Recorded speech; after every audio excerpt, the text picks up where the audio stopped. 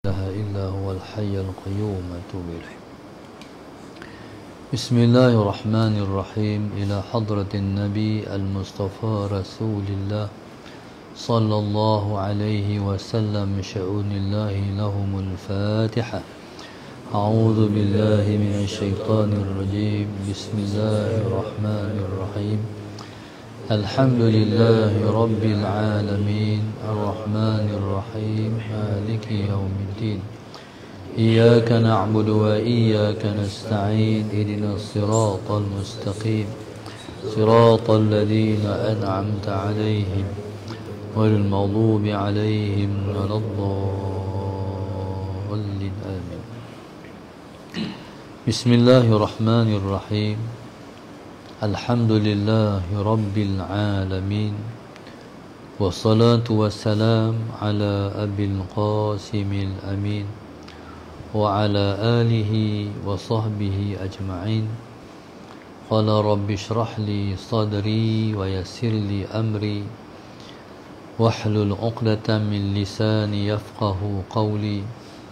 سبحانك لا علم لنا إلا ما علمتنا إنك أنت العليم الحكيم. ولا حول ولا قوة إلا بالله العلي العظيم.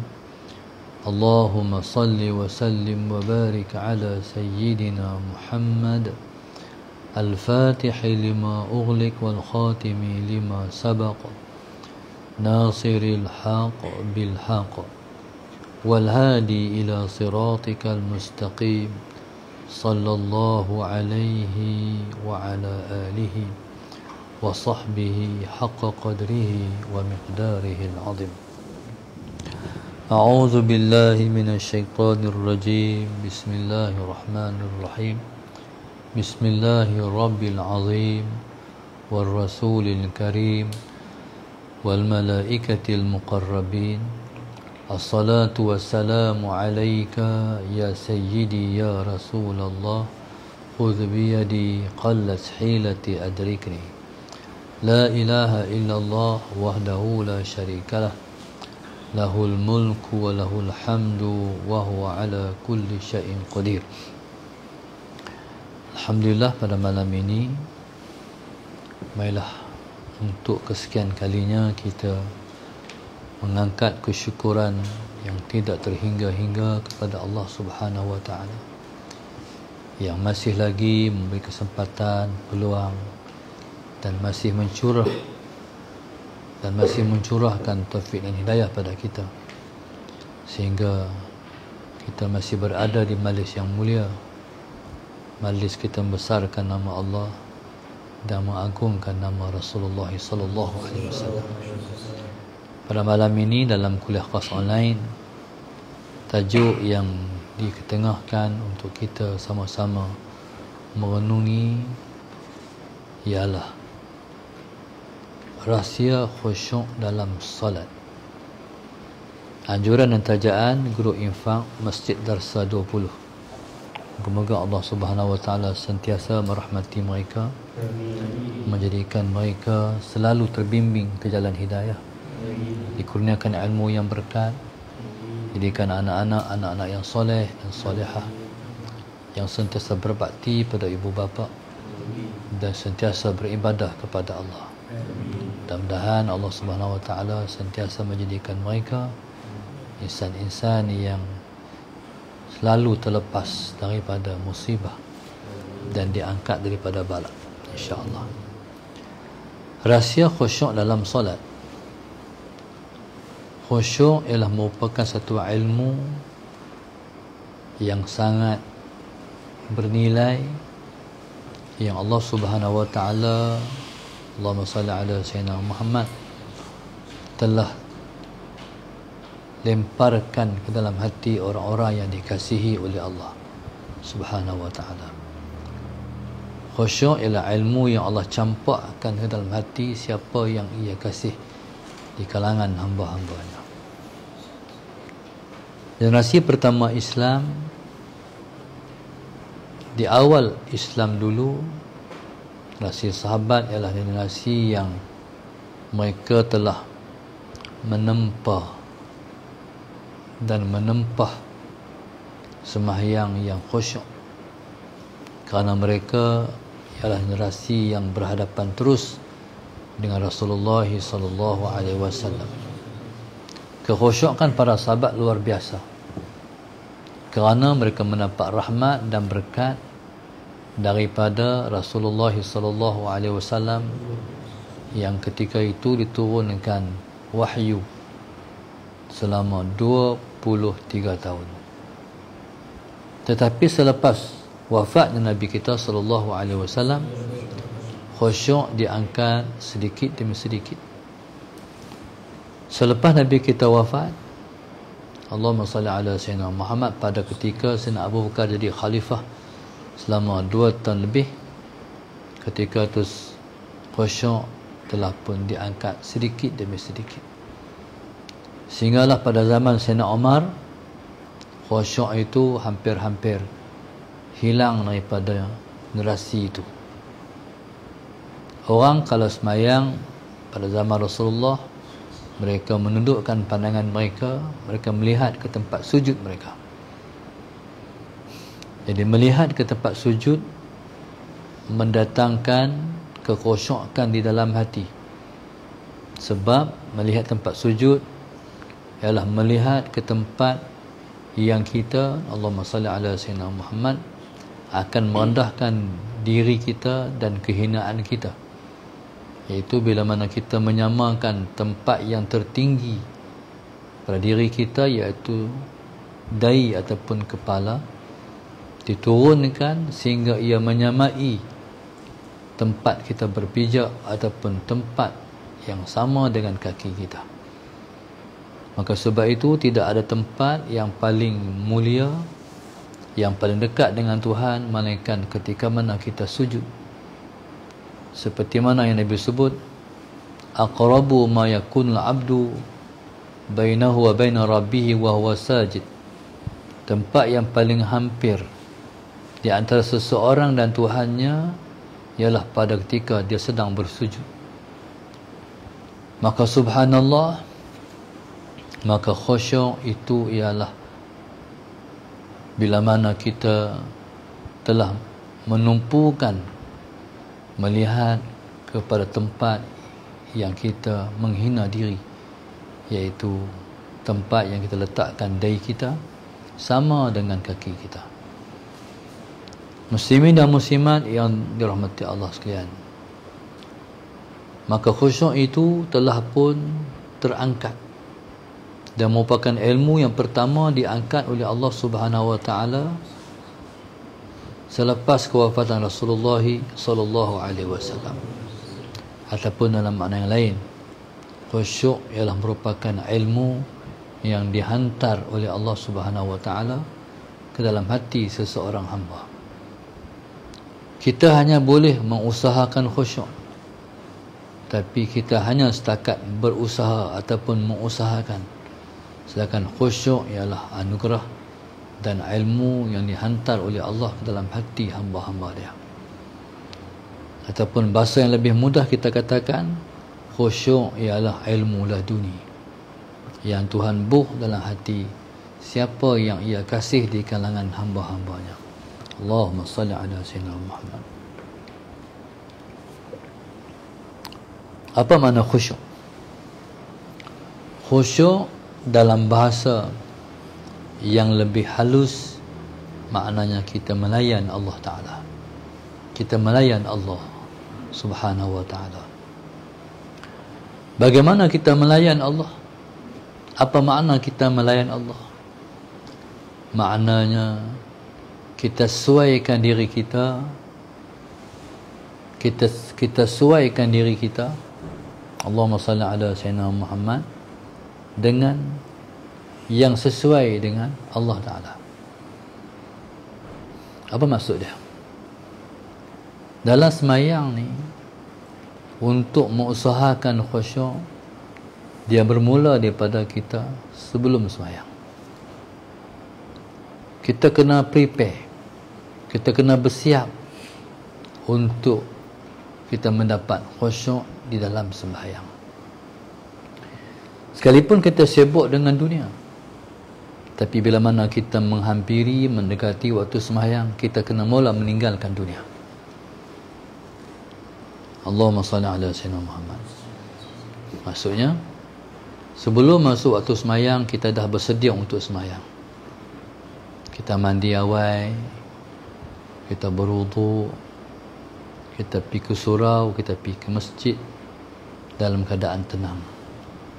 Dan kita menunggu sembahyang. Menunggu sembahyang dengan makna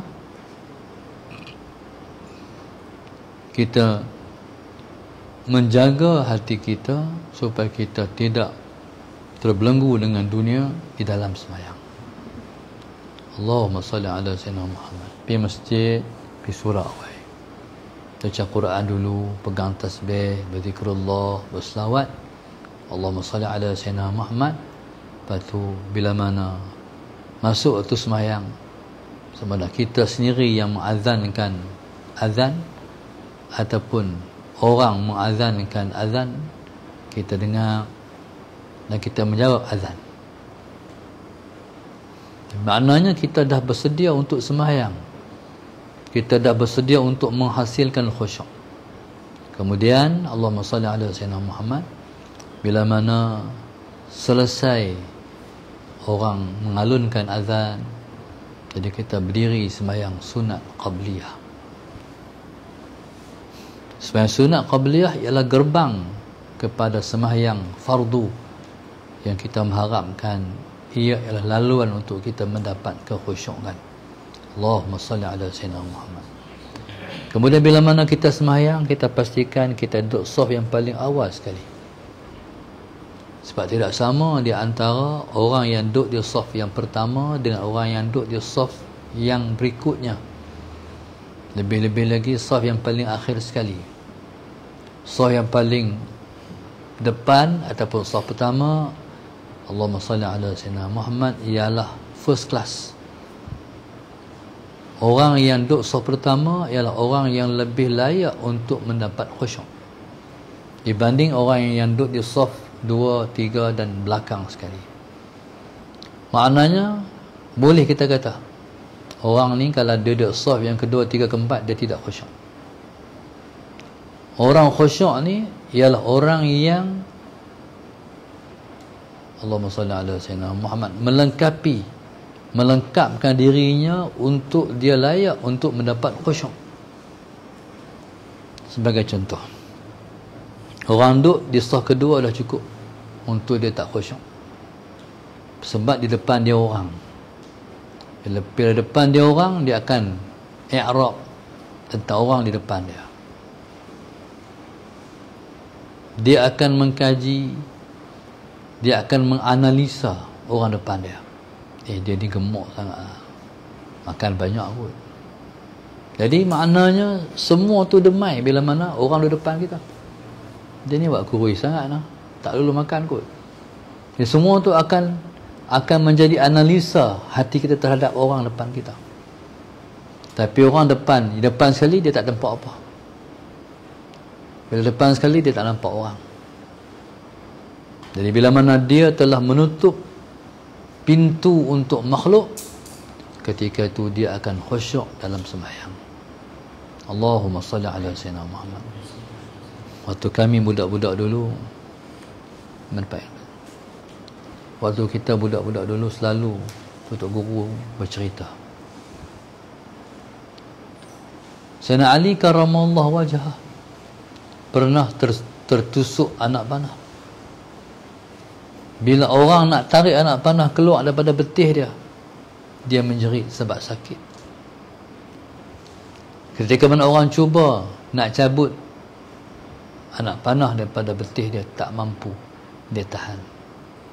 Sebab anak panah tu dia arrow, mana yang belakang dia tu macam tu, dia tarik keluar, dia akan tarik keluar dengan isi-isi sekali, sakit. Tapi kata Sayyidina Ali, bagi aku sembahyang. Sayyidina Ali menantu Rasulullah, dan dipilih Sayyidina Ali untuk menjadi menantu Nabi.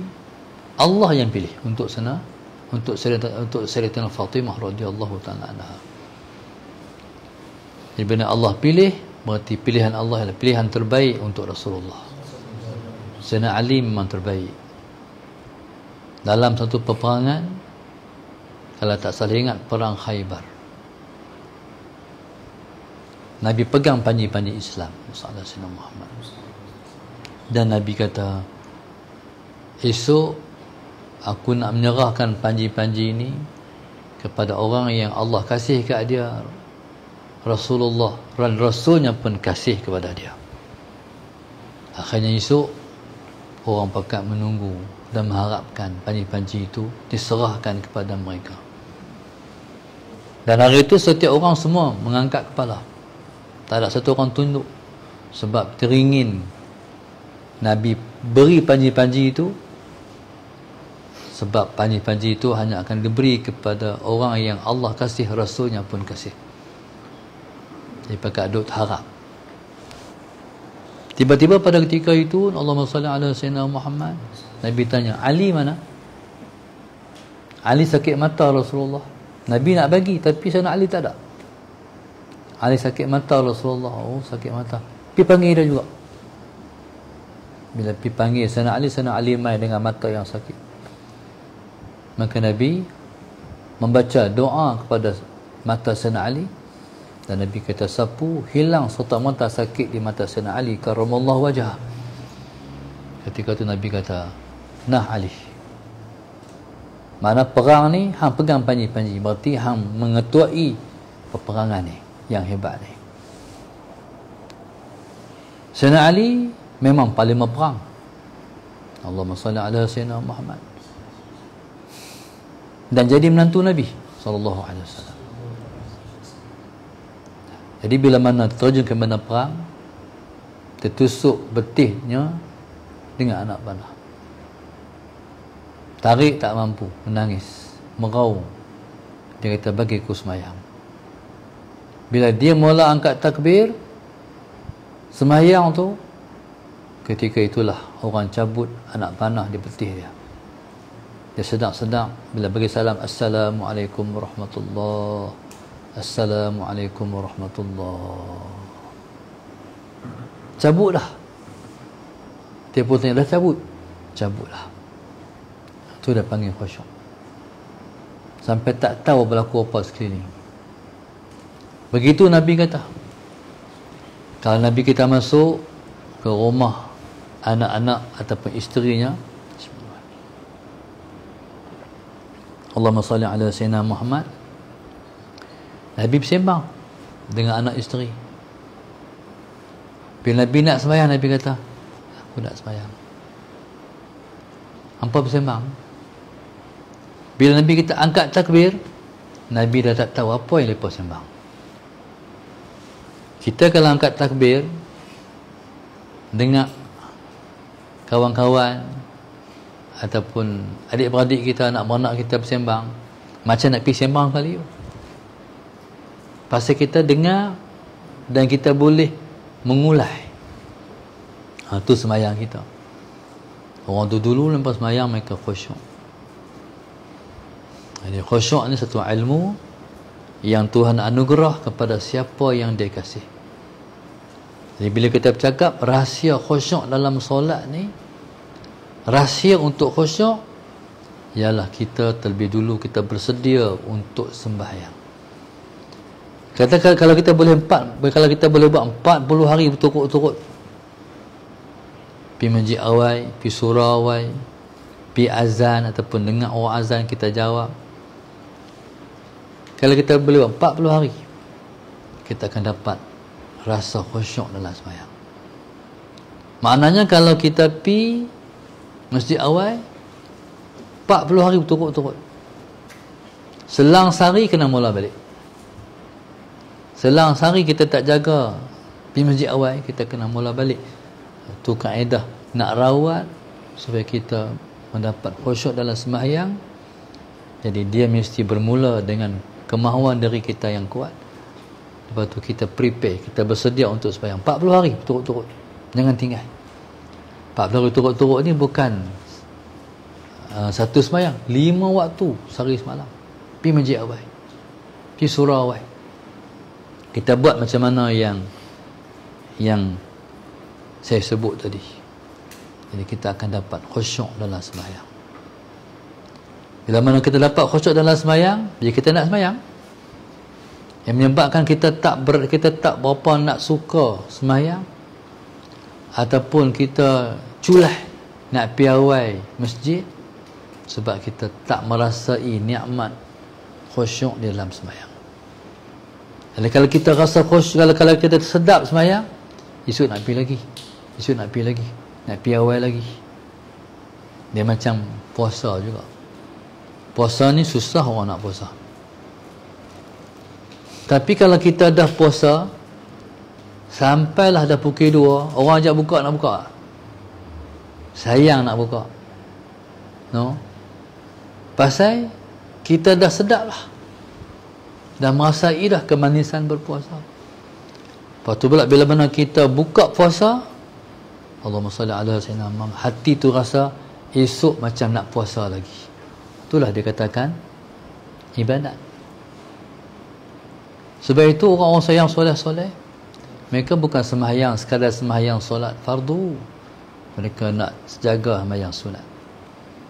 Kalau sunat qabliyah, mestilah kita kena piawai untuk kita sembahyang sunat qabliyah. Jadi bila mana kita menjalani kehidupan sebegitu rupa, maka semua sembahyang yang kita tunaikan kita akan rasa kemanisan. Allahumma salli ala sayyidina Muhammad. Jadi bayangkan, kita lihat orang-orang yang rajin di masjid, dan mereka piawai masjid, tengah jam sebelum masuk waktu sembahyang mereka dah pergi masjid. Jadi kita tak tahu apa yang mereka rasa, macam mana perasaan yang mereka rasa. Hanya mereka yang tahu rasa kesedapan itu macam mana, hanya mereka yang tahu.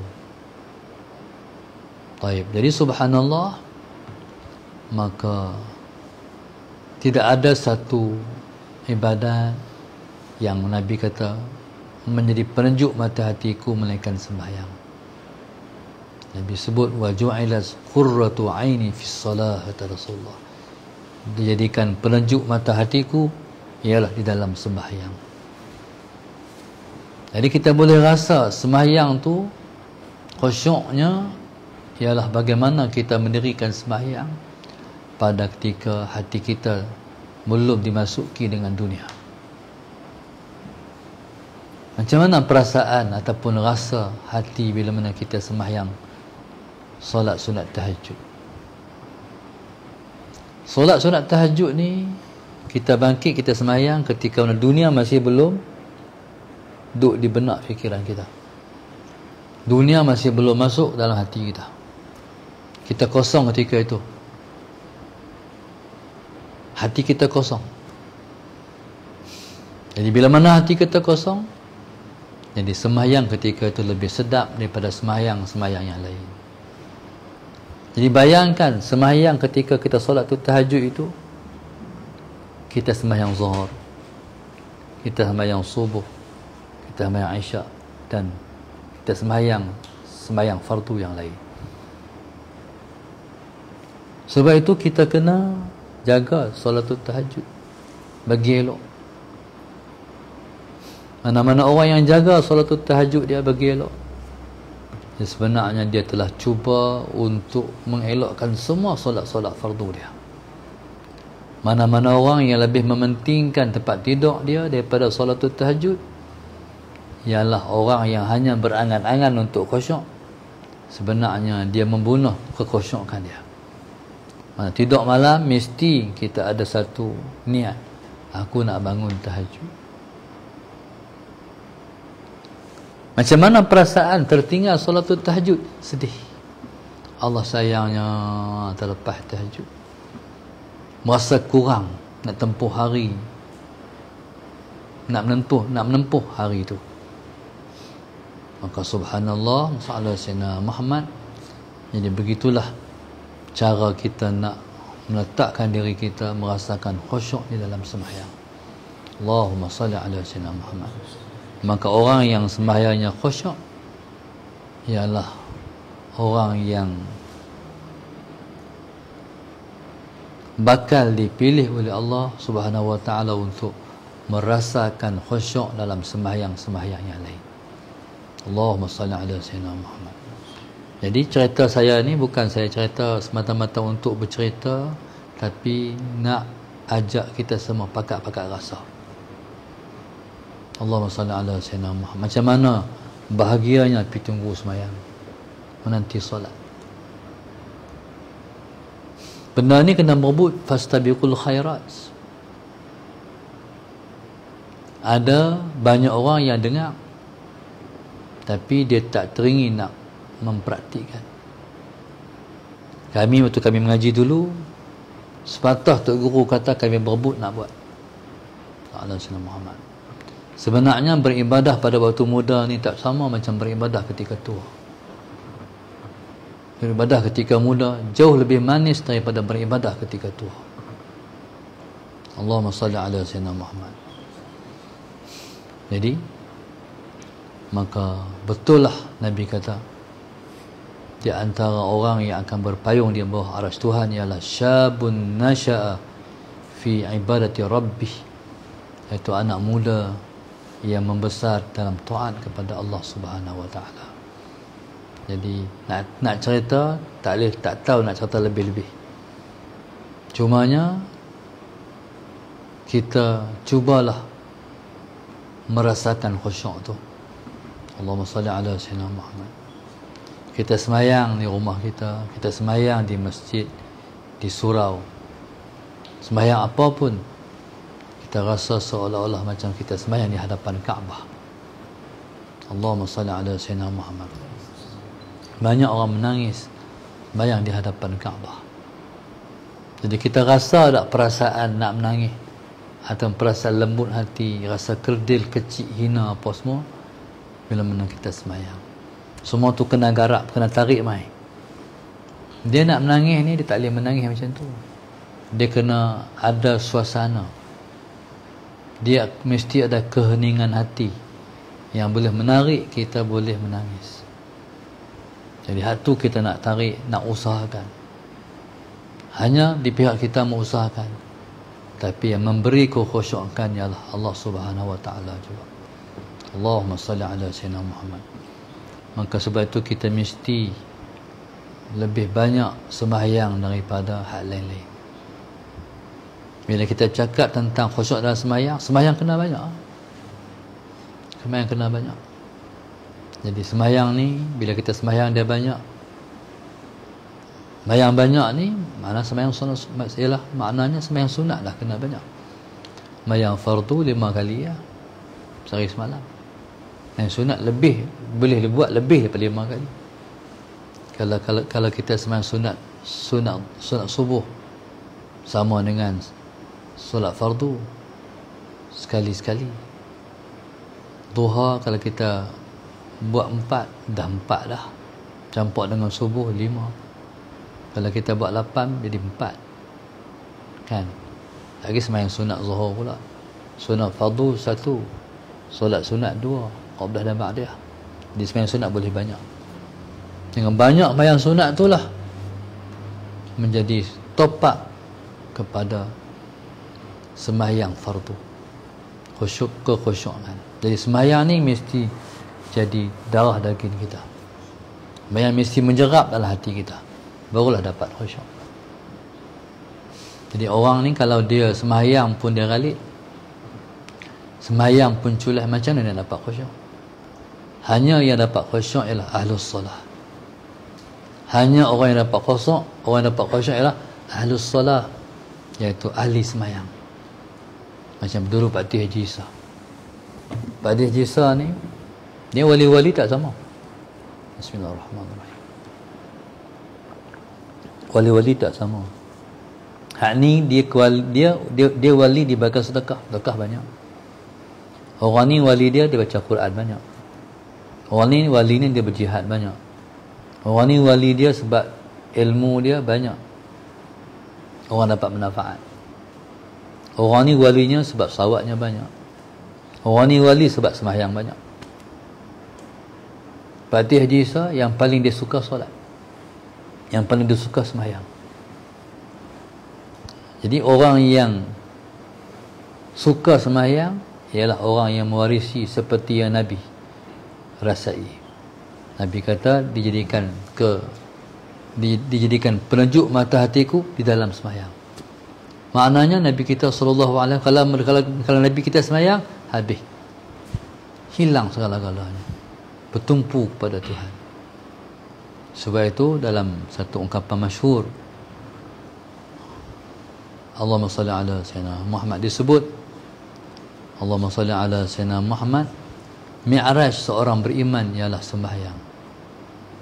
As-salah mi'rajul mu'min, sembahyang ialah mi'raj seorang yang beriman.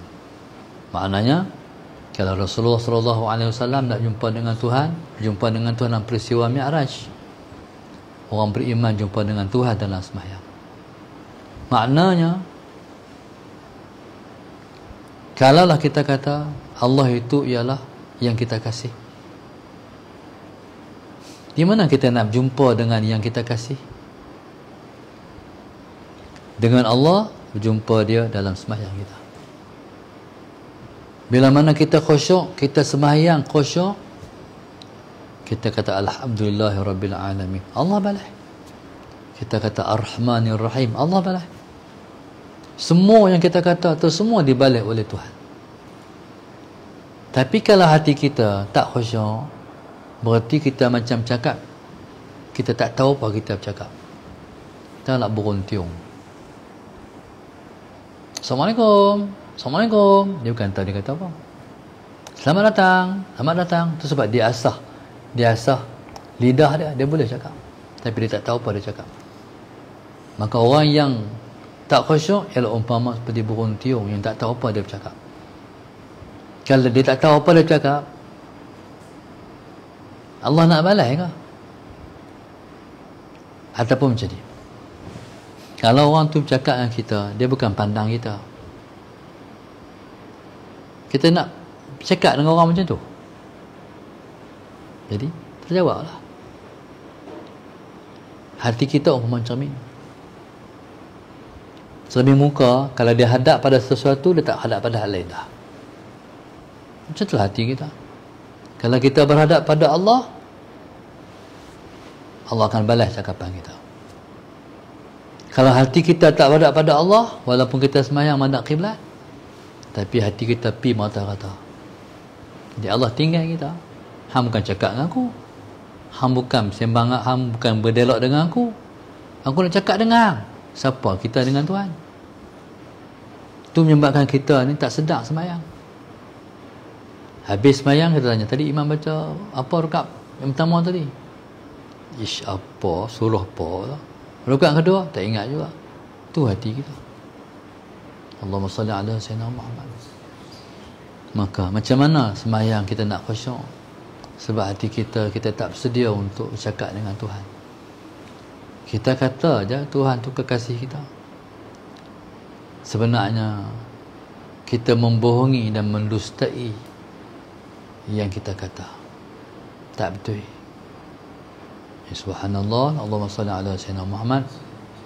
Maka rasailah khusyuk dengan kita menyiapkan diri untuk mendapat khusyuk. Allahumma salli ala sayyidina Muhammad. Orang nak khusyuk ni dia kena macam ni. Kami musafir, kita buat jamak takdim ataupun buat jamak takhir. Solat tak lagi, kita buat jamak takhir. Sallallahu alaihi wasallam Muhammad. Lagi semayang lagi, sembahyang isyak lagi, cuba kita hadirkan. Isyak ni terakhir aku sembahyang. Saat lagi mungkin subuh aku tak sembahyang lah. Pasal subuh saat lagi kita mati sebelum subuh, berarti subuh lagi tak sembahyang lah. Agak-agak sembahyang isyak tu khusyuk tak? Kalau kita tahu lah saat lagi nak mati, pukul 4:30 pagi saat lagi orang bakal bangkit, Allahumma salli ala sayyidina Muhammad, Orang pakat bangkit, tapi kita tak bangkit dah sebab kita mati dah. Orang bangkit 4.30, kita tak bangkit. Untuk heran pasal apa tak bangkit? Bangkit. Tak bangkit sebab mati dah. Kalau kita tahu kita nak mati lagi pukul 3.30, pukul 4 lagi, agak-agak khusyuk dah banyak insya kita. Khusyuk, mati dah last. Lepas tu macam itulah, sebab tu dipesan oleh para imam, sallu salatal muwaddi'. Sembahyanglah kamu sembahyang orang yang mengucapkan selamat tinggal kepada dunia. Allahumma salli ala. Di Yaman ada tak dia punya slogan tu? Di Mesir banyak, sallu salatal muwaddi'. Tu imam bila nak sembahyang dia akan pesan sallu salatal muwaddi'. Sembahyanglah sembahyang orang yang mengucapkan selamat tinggal kepada dunia. Sembahyang subuh kita anggap sehari insya mungkin tak sembahyang dah. Sehari zuhur mungkin kita tak sembahyang dah. Tentulah sembahyang kita lebih khusyuk kalau kita tahu kita mati. Tapi kalau kita tak boleh rasakan macam tu, jadi sembahyang kita tu sembahyang macam hari-hari biasa lah, macam hari-hari lain. Kita tak rasa seperti mana yang patut kita rasa, insya-Allah. Terima kasih pada grup infak masjid 20 yang menajam bagi kita pada malam ini, insya-Allah. Dan kita doakan semoga Allah Ta'ala sentiasa merahmati semua penaja kita, insya-Allah. Doa kita ni mustajab sebab kita dalam musafir. Doa untuk orang, Allah akan wakilkan seorang malaikat akan berkata wa anta kadzalik wa anta kadzalik wa anta kadzalik. Malam ni doa untuk orang, bangkit sembahyang, doa untuk orang, murahkan rezeki. Sebut nama kawan-kawan kita ni, 10 orang ni, sebut nama kawan. Ahmad doa, Allah Tuhanku murahkan rezeki Ammar, murahkan rezeki Saiful. Sebut nama orang. Malaikat akan kata wa anta kadzalik wa anta kadzalik. Hang pun sama juga. Jadi kalau malaikat kata berarti mustajab. Jadi kita ada orang-orang yang kita kasih ada bermasalah. Jadi kita harap rakan-rakan kita yang Allahumma salli ala sayyidina Muhammad yang masih lagi duduk dalam bencana banjir, kita doakan Allah bagi mereka selamat. Semalam tadi saya tengok daripada malam sampai pagi dalam kesejukan, kita berselimut elok. Siapa nak tidur tak boleh, duduk atas bumbung, rumah lepas tenggelam. Jadi kadang-kadang Tuhan bagi satu peringatan yang luar biasa. Dia tak bagi tempat ni, dia bagi tempat tu supaya kita yang duduk di sini yang selamat mendoakan yang diuji oleh Allah Subhanahu wa taala. Ada yang terperangkap dalam banjir, duduk atas bumbung menunggu bantuan tak sampai. Bayangkan kalau duduk atas bumbung tu sejuk-sejuk pula, ayak dapat ayak, nasi dapat nasi. Jadi bayangkan, kita kena bayangkan dan kena doa kat mereka, minta Allah selamatkan. Jadi kerajaan pun mungkin ialah maklumat terputus. Jadi mungkin setengah tempat lain tinggal. Jadi bayangkan duduk tengah malam, duduk atas bumbung, anak kecil duduk atas bumbung, orang tua sakit duduk atas bumbung. Ni lagi sekali Tuhan tunjuk benda black. Ingatlah dulu waktu mana berlaku banjir besar di Kelantan, di Pahang. Ini pun luar biasa. Dulu banjir di kampung-kampung ya. Allah, banjir di pekan-pekan, merosakkan semua harta benda. Jadi semua itu jadi pengajaran dan muhasabah pada kita semua, untuk kita tak lupa pada kawan-kawan kita, umat-umat Islam yang lain. Sebab Nabi sebut laisa minna man lam yahtamam bi amril muslimin. Nabi kata bukan golongan kami. Berarti Nabi tak mengaku umat orang yang tak mengambil tahu tentang umat Islam yang lain. Sama-sama kita berdoa Allah mudahkan mereka menghadapi ujian. Allah angkat kedudukan mereka kalau mereka sabar. Allah jadikan mereka sebaik-baik hamba Allah, dan mereka Allah jadikan orang yang selalu bermuhasabah terhadap situasi yang aman, tapi kadang-kadang kita terlupa mensyukuri. Mudah-mudahan Allah jadikan mereka hamba yang sangat bersyukur terhadap nikmat-nikmat yang Allah kurnia, insya-Allah. Mudah-mudahan insya-Allah kita semua selalu selamat di dalam bayungan rahmat Allah Subhanahu wa taala, insya-Allah. Al-Fatihah. Bismillahirrahmanirrahim. Iyyaka na'budu wa iyyaka nasta'in. Mustaqim siratal ladzina an'amta 'alaihim ghairil maghdubi 'alaihim waladdallin. اللهم نبر قلوبنا بهدايتك، اللهم نبر قلوبنا بهدايتك، اللهم نبر قلوبنا كما نورت الأرض بنور شمسك أبدا أبدا برحمتك أرحم الراحمين. ربنا آتنا في الدنيا حسنة وفي الآخرة حسنة وقنا عذاب النار. صلى الله عليه وسلم. الحمد لله رب العالمين.